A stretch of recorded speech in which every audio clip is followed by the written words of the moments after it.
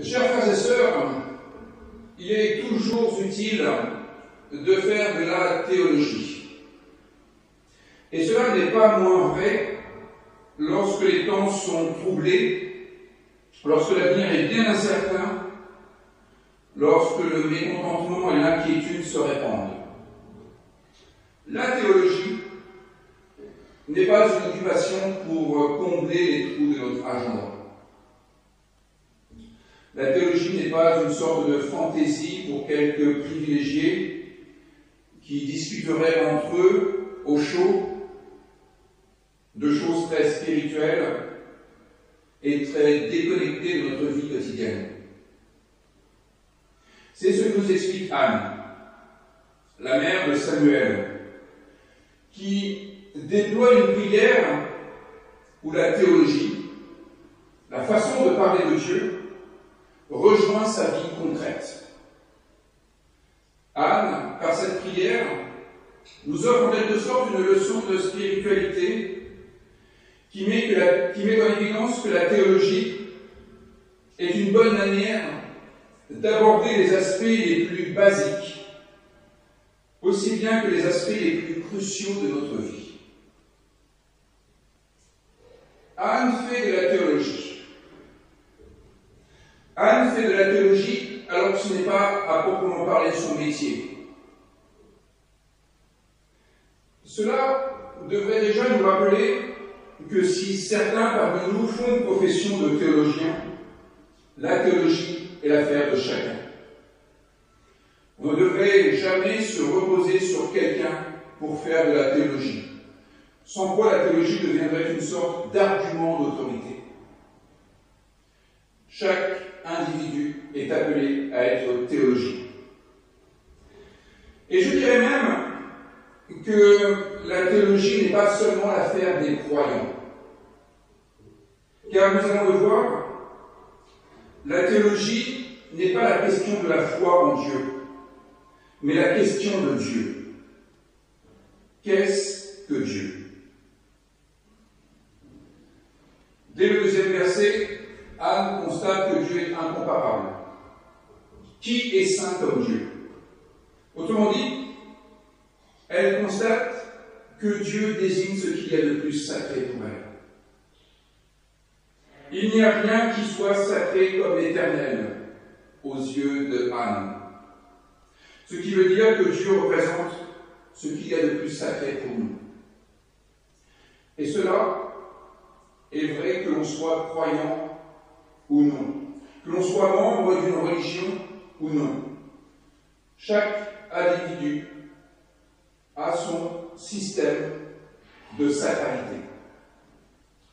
Même les non-croyants, même ceux qui ne seront pas dans un office religieux aujourd'hui ou qui n'étaient pas hier pour le temps de Shabbat ou vendredi à la prière musulmane, tous peuvent se dire qu'il y a du sacré. Et certains, par exemple, ont pu dire qu'hier, le sacré a été profané sur les Champs-Élysées, alors qu'eux-mêmes ne sont pas dans une démarche de foi. Le sacré, c'est ce qui a du prix à nos yeux. C'est ce que nul ne peut abîmer sans que cela nous mette dans un état de furie absolue, sans que nous ayons envie d'en découdre pour défendre l'honneur de ce sacré-là.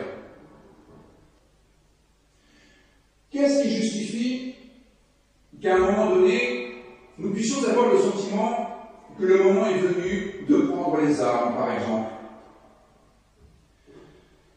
Que sommes-nous prêts à défendre au péril de notre vie?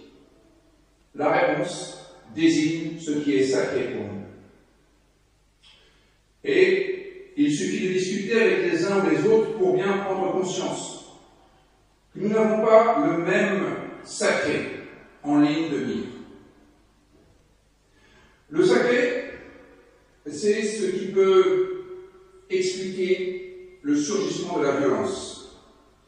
C'est ce qui peut justifier les transgressions de la loi. Parce qu'il y a quelque chose de plus grand qui se joue. C'est le cas d'Antigone, par exemple, qui a le désir d'enterrer son frère alors que le roi l'a interdit. Elle dira qu'il y a, selon elle, la loi de Dieu, qui est supérieure à la loi des hommes. Autrement dit, il y a quelque chose de plus sacré pour elle que la loi commune. Cela explique qu'il peut y avoir des soulèvements populaires, des révoltes, pour défendre quelque chose qui est sacré et qui est menacé. Ce peut être la liberté, ce peut être une certaine idée de l'humanité, ce peut être un principe constitutif du peuple. Dans le cas de cette femme, Anne, nous sommes bien sûr à des années-lumière de notre situation aujourd'hui. Mais Anne précise que Dieu, c'est ce qui est unique en son genre. C'est le rocher, le roc. Autrement dit, ce sur quoi on peut construire sa vie. Et si ce fondement est menacé, alors tout est susceptible de s'ébranler. Et c'est la raison pour laquelle on cesse d'être indifférent à ce qui arrive. Et d'une personne à l'autre, le fondement peut être bien différent. Nous savons que pour certains, c'est la famille qui est fondamentale, alors que d'autres mettront leur vocation professionnelle à la place du fondement de leur existence. Pour d'autres, ce qui est fondamental, c'est la possibilité d'une fraternité universelle, et ainsi de suite. Chacun a son propre système. Eh bien, à chaque fois, nous sommes face à une théologie différente. À chaque fois, c'est une théologie spécifique qui est déployée. Et dans une société comme la société française, toutes ces théologies qui coexistent et qui n'ont pas forcément un vernis religieux impliquent que nous devons opérer un dialogue interreligieux. Le dialogue interreligieux, ce n'est pas simplement entre chrétiens, juifs, musulmans, bouddhistes. Le dialogue interreligieux, c'est aussi entre ceux qui ont un sacré qui diffère du nôtre. Vous voyez comme les choses sont assez étonnantes. De nos jours, on ne se battra pas pour savoir s'il y a consubstantiation ou transubstantiation lors de la célébration de la scène. D'ailleurs, je ne suis pas sûr que nous ne soyons jamais battus pour cette question-là. On ne se battra pas pour savoir si Genèse 1 est un récit mythique ou un texte scientifique. Il y aura ici ou là des échauffourées, mais grosso modo, ça ne divise pas vraiment la société au point qu'on se mette sur la figure pour cela. On se battra parce que nous voudrons défendre notre Dieu contre le Dieu des autres. Mais curieusement, les doctrines religieuses, au sens strict du terme, ne sont plus vraiment des sources d'affrontements violents. Cela pourrait peut-être nous inciter à pouvoir reprendre le dialogue social de la même manière que nous avons entrepris le dialogue interreligieux. En faisant de la théologie, être théologien, c'est s'interroger sur ce qui est sacré. Sacré au point qu'on n'essaie pas passer la moindre attaque qui égratignerait ce sacré. Eh bien, peut-être que l'art du théologien, c'est de pouvoir retrouver ce qui se joue derrière les expressions du malaise, du mal-être, de la revendication. Peut-être que le livre des psaumes, peut-être que toutes les prières qui sont distillées dans nos textes bibliques nous disent de quelle manière il est possible d'interpréter les revendications, les plaintes, les lamentations, pour découvrir le sacré qui est sous-jacent et s'intéresser à ce sacré-là, plutôt que de tout miser sur l'aspect superficiel du moment. Le deuxième aspect que je retiens de cette prière de la mère de Samuel, c'est que son attitude de prière lui permet d'atteindre un point de vue universel. La théologie ici n'est pas simplement un point de vue personnel poussé à l'extrême. On peut avoir une passion telle pour l'argent qu'on en vienne à faire de l'argent notre Dieu, par exemple, auquel on est prêt à tout sacrifier, pour lequel on est prêt à transgresser toutes les lois, en trompant le fisc, en volant les personnes, en tuant si nécessaire. Mais ici, Anne nous montre qu'être théologien, ce n'est pas simplement s'intéresser avec passion à ce qui nous anime. Être théologien, c'est se demander si notre passion personnelle est vraiment divine, ou si elle n'est qu'une projection poussée à l'extrême de ce qui nous plaît. Anne est théologienne parce qu'elle ne va pas se mettre au centre de l'histoire. Elle ne va pas militer pour elle-même seulement. Bien entendu, ce qu'elle expérimente, ce qu'elle espère, va entrer en ligne de compte. Quand elle fait un vœu à Dieu d'être féconde alors qu'elle est encore stérile, et qu'elle en vient finalement à donner naissance à un enfant, son Dieu est un Dieu qui l'a sevré de la stérilité. Et elle en parle. Mais elle convoque aussi d'autres situations. D'autres situations qui ne la concernent pas au premier chef. Le fait d'avoir faim. Ce qui est basique, mais qui est pourtant pris en compte dans sa théologie. Le fait de mourir, le rapport à l'argent, la gloire, la bonté, la méchanceté, la justice, donc. Tout cela, elle le convoque dans sa prière. Alors que cela ne la concerne pas au premier chef, puisque sa question, c'était celle de la stérilité. Tous ces thèmes sont rassemblés pour penser Dieu, de telle manière que Dieu ne soit pas simplement la projection de nos fantasmes ou une inversion de nos craintes.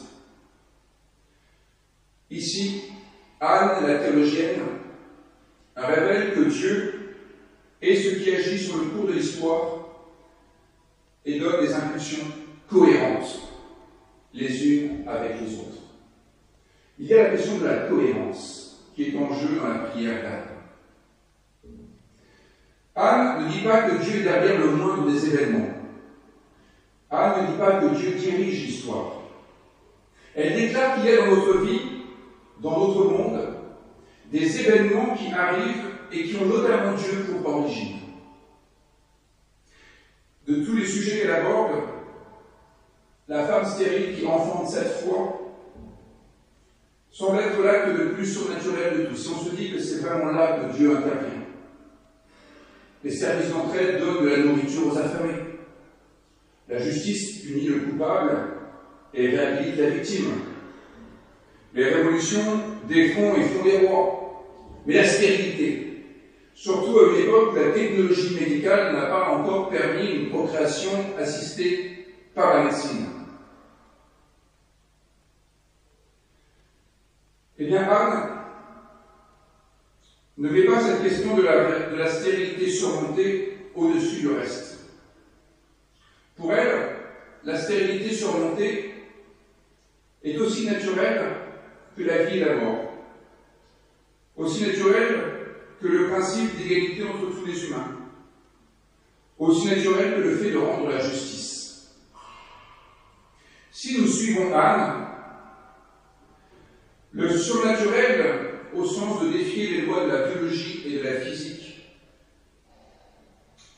n'est pas ce qui est ici convoqué pour sa propre situation. Surmonter les lois de la biologie et de la physique n'est pas pour Anne la signature du divin. Parce que la question, pour elle, est une question spirituelle, pas biologique, pas physique. Et pour cela, il convient de reprendre le verset 11 du premier chapitre que je vous ai lu dans la traduction de Louis II. Louis II dit qu'elle demande un fils. Dans le texte hébreu, Anne demande une semence d'homme. C'est bien différent. Anne demande une semence d'homme. parce qu'elle réalise qu'elle ne pourra jamais être féconde tant qu'elle ne sera pas fécondée. Ce que Anne demande dans cette prière, c'est de sortir de sa solitude. Cette solitude qui l'empêche effectivement d'être féconde. Et de ce point de vue, elle préfigure Marie, mère de Jésus, qui demandera au messager de Dieu, Gabriel, comment elle pourrait avoir un enfant alors qu'elle ne connaît pas d'homme. Situation bien paradoxale, puisqu'elle est fiancée à Joseph. Anne, la théologienne, comme le fera Marie plus tard, découvre que Dieu, a posteriori, est ce qui nous ouvre à de nouvelles possibilités. Dieu est ce qui nous permet d'établir des interactions là où nous n'imaginions pas que des interactions étaient possibles. Avec Anne, Dieu désigne ces exaucements qui se réalisent au-delà de nos espoirs spontanés. Voyez, dans la naissance de Samuel, dans la naissance de Jésus, les textes bibliques ne disent pas qu'il y a des choses surnaturelles qui dépasseraient les lois de la physique ou de la biologie. Il y a effectivement des choses surnaturelles pour les personnes qui pensent que les relations entre les personnes sont compliquées par nature. Pour celles-ci, c'est ceux qui pensent qu'il y a des obstacles infranchissables entre les classes, entre les genres, entre les religions. Anne, Marie, découvre que Dieu est ce qui permet de transgresser ces lois sociales, ces lois religieuses, ces lois politiques, ces lois philosophiques, que nous mettons en place et qui, effectivement, restreignent notre liberté de procréer, d'être fécond, et pas simplement sur le plan de l'enfantement humain. Ces exaucements ne se réalisent pas parce que Dieu serait un être tout-puissant et qui sait tout, comme nous le laisse penser, là encore, Louis II dans sa traduction du verset 3 du chapitre 2. Car le texte hébreu ne dit pas que Dieu sait tout. Le texte hébreu dit que l'Éternel est un Dieu de connaissance. Traduction littérale du verset en hébreu. Il n'y a pas de Dieu sait tout. Le texte dit l'Éternel est un Dieu de connaissance. Autrement dit, Dieu est un Dieu qui nous permet d'accéder à la connaissance. De pouvoir ouvrir les yeux sur des situations qui pour nous étaient bien embrouillées, bien obscures. Pour Anne, la théologienne, Dieu est ce qui nous ouvre à une meilleure connaissance du réel. Dieu est ce qui nous ouvre à des possibilités que nous ne soupçonnions pas. Et nous sommes bien loin, voyez-vous, des images de Dieu qui sont en somme toute traditionnelles. Et cela a une conséquence très pratique. Cela indique que le surnaturel est beaucoup plus du côté des non-théologiens que du côté des croyants. Parce que les non-théologiens imaginent souvent Dieu dans un monde parallèle, qui agit indépendamment des lois qui nous régissent. Les théologiens, eux, découvrent les véritables capacités de l'être humain.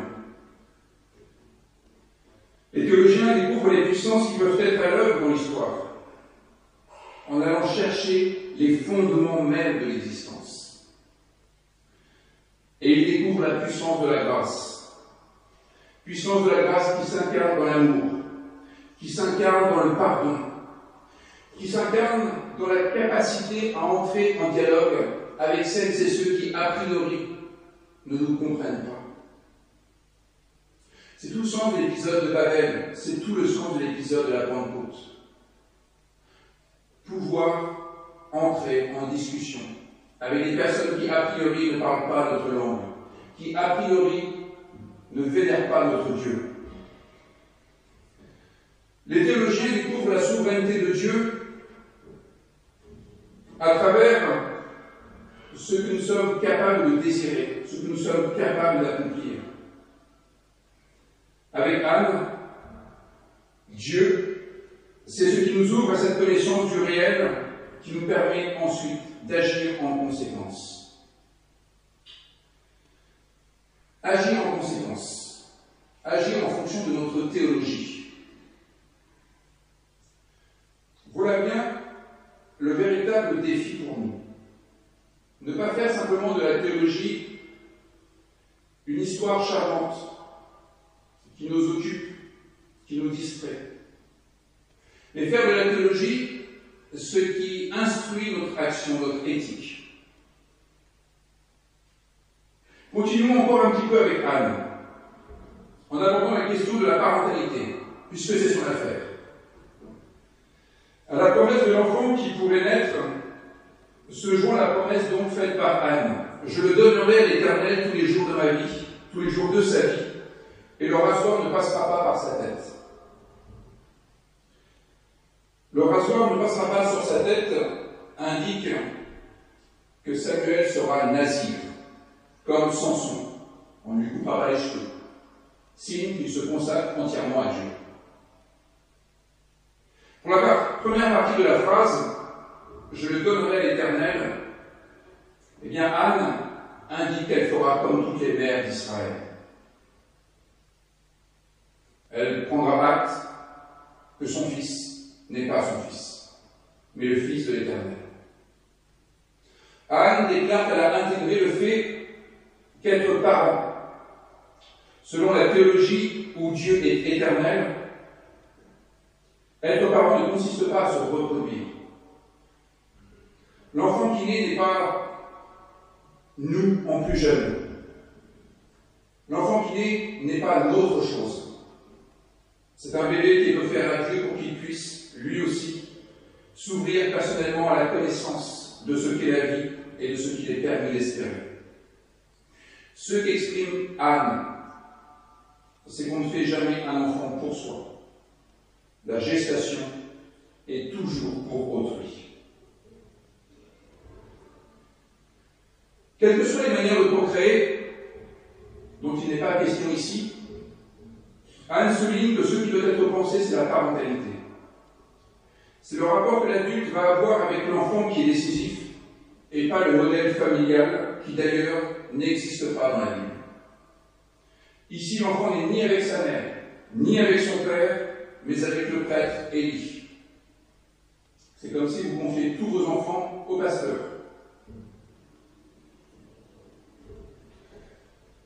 Ne faites pas ça.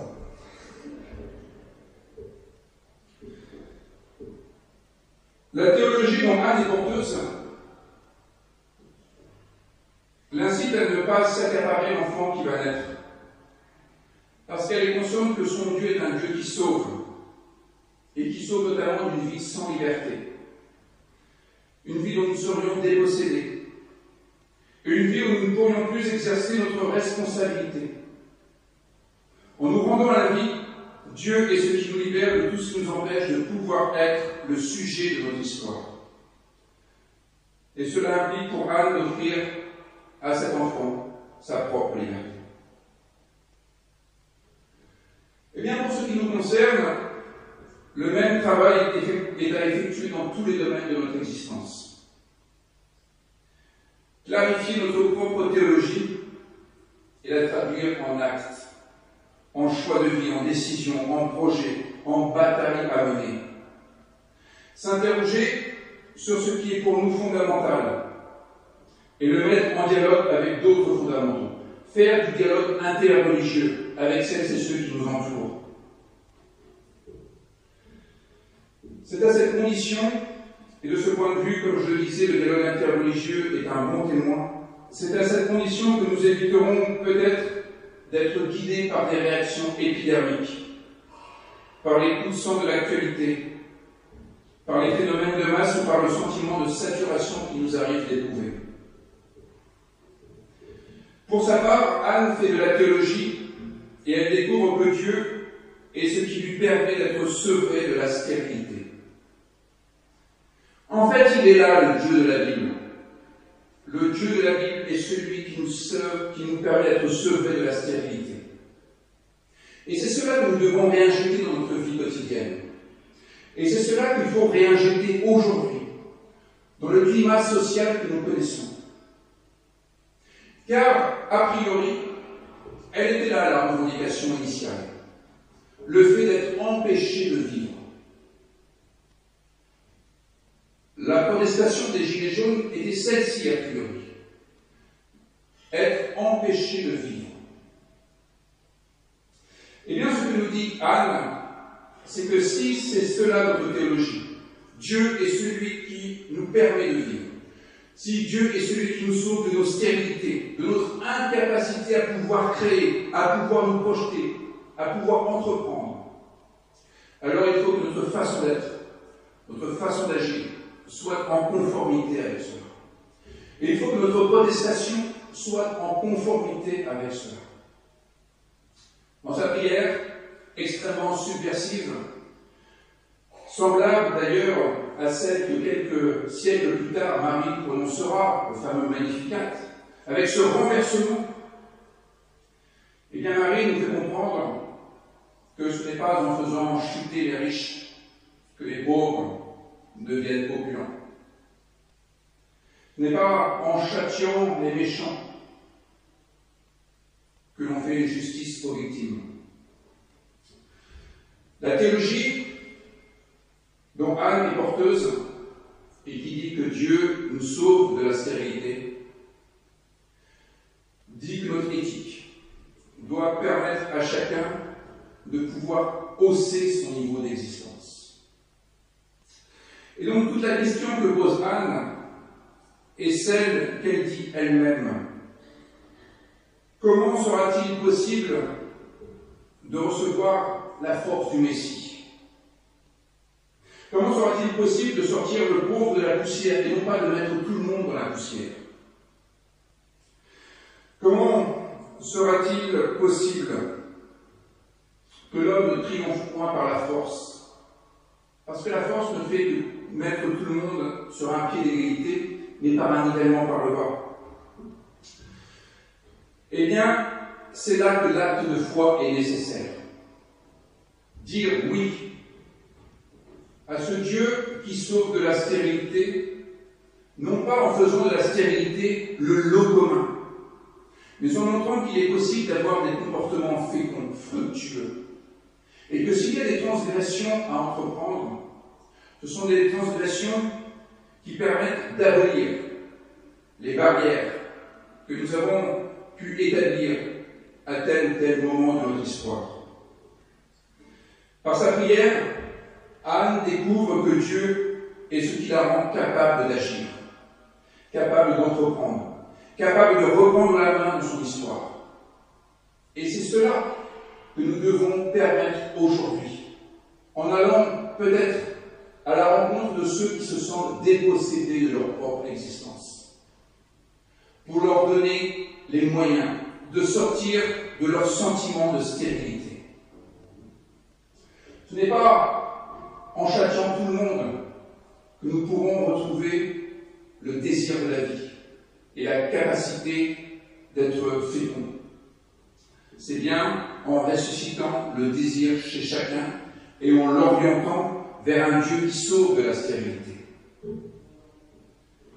Alors à nous de mettre à jour notre théologie et de dire oui à ce Dieu qui sera alors l'objet de notre foi.